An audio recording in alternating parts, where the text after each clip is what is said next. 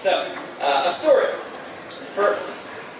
I imagine that one of, if not the best thing about education, public school education, is that it gives you not only the ability to memorize and regurgitate information that is probably irrelevant to you in the present and future, but it allows you to decide upon an aptitude or an avenue that might be more relevant and let you hone those skills.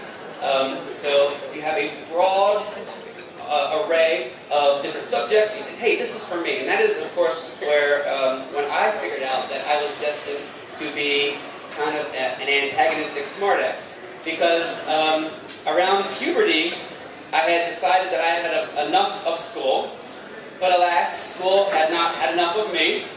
And being a suburban white kid in the late 80s and early 90s, it was not in the cards to leave school and travel the world or be a hobo or work in a factory or something. So I had to persevere, and realizing that the only way, because I felt like teachers were squares, they didn't have anything to offer me.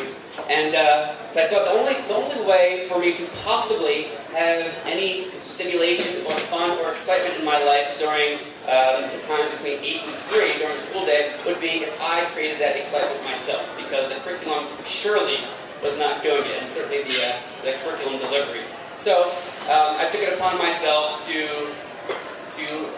make a mess of most classes, and that resulted in me being suspended and getting detentions, being locked in closets, which actually did happen in public school, which seems unlikely. And my tour de force, I guess my moment in the sun would have been when I took a yardstick and a giant dollop of Vaseline, put it on the end of the yardstick, and we were gathered around as a bunch of 9th graders around a table while a science teacher was doing an experiment, and I came down with the yardstick onto his forehead and wiped the Vaseline across his forehead, and then made no attempt or effort to hide the yardstick, or just stood there like, there it is, what are you gonna do?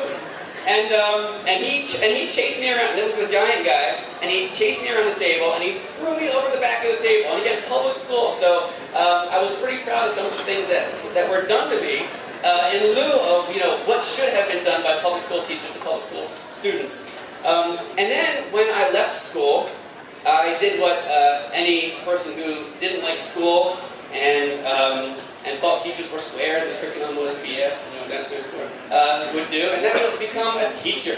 So I am now, and am just beginning my 17th year as a middle school teacher. Thank you.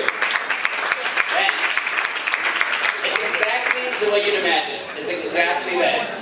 And when I first started, I had a disdain for the system and for the powers that be in teaching and teachers, and I kind of entered in a side door because I was an art teacher, and being an art teacher on the faculty is kind of like being the Maryland of the Munster.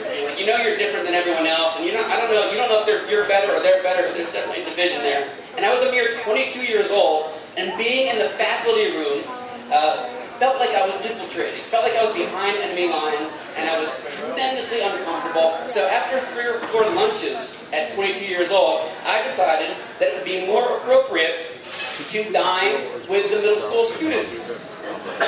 And that's what I did. I made friends with a couple of the 7th graders, and I would sit and I would eat with them. And as I said, I decided long ago, perhaps partially subconsciously, that being an antagonistic smartass was my thing, and I didn't turn that off sitting there eating with the middle school students. And this is how when it dawned on me that it was inappropriate for me to sit there, was because one time I think I had mentioned my at the time girlfriend, now my lovely wife and mother of my 2 children. Thank you. I mentioned something about her, and one of my friends at the table said, Mr. Marone, since you directed the play, which I did, and taught art, my mom thought you were gay. And I said, now remember, I'm this young man's teacher.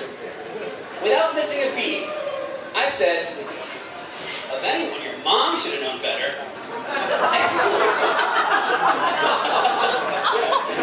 With no thinking or filter filtering or forcing, just like that was my instinct, and I went for it. And then that table of middle school students laughed hysterically, so long and hard. The longer it went on, the more worried I got. Like, oh my God, I'm the teacher here in this scenario, and I'm insinuating that I just slept with his mother in an